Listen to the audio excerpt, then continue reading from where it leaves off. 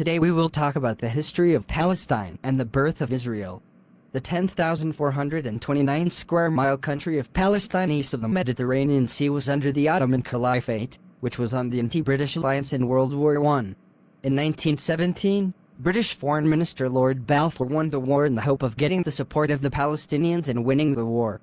He assured that there will be an independent state in this land, which is known in history as Balfour Declaration. Since the Arabs outnumbered the Jews several times in the Palestinian territories, the declaration was perceived as favorable to them by the local Arabs.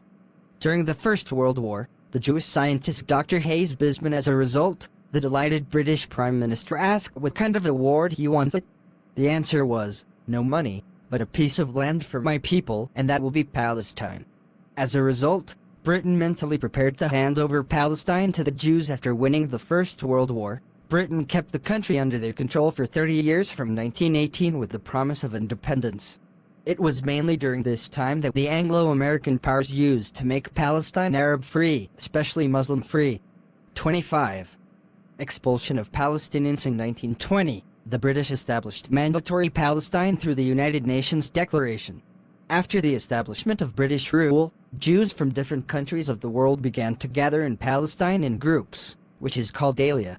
Then the British government opened Palestine to the Jews on the one hand, and the Jews on the other with the help of the British forces.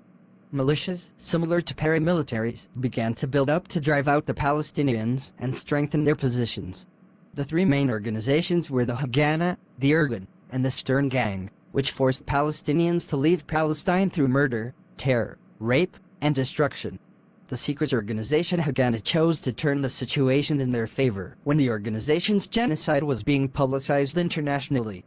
Take suicide approach. In 1940, they blew up a ship called the SS Patria in Haifa harbor, killing 276 Jews.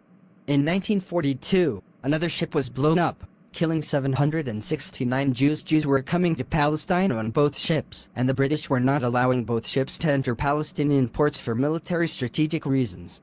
The Haganah thus tries to turn world opinion on its side by killing Jews. In addition, Jewish settlements and Arab expulsions continued apace. As a result, the number of foreign Jews increased to 540,000 and 200,000 settlements at the same time. On November 29, 1947, a vote was taken at the United Nations under British-American pressure to establish a Jewish state in Palestine, with 33 countries voting for the establishment of a Jewish state in Palestine, 13 against and 10 abstentions.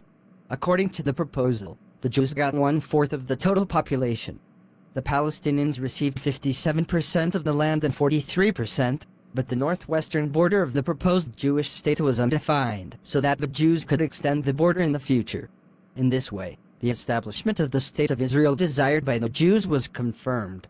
Establishment of the State of Israel after gaining de facto ownership of the Palestinian territories. In order to expand Jewish settlements and evict Palestinians, they cut their phone lines, electricity lines at night, threw hand grenades into homes, forcibly occupied land, and local and foreign Jews and the government-sponsored army were involved in various acts of violence against women. As a result, millions of Palestinians were forced to leave Arab countries.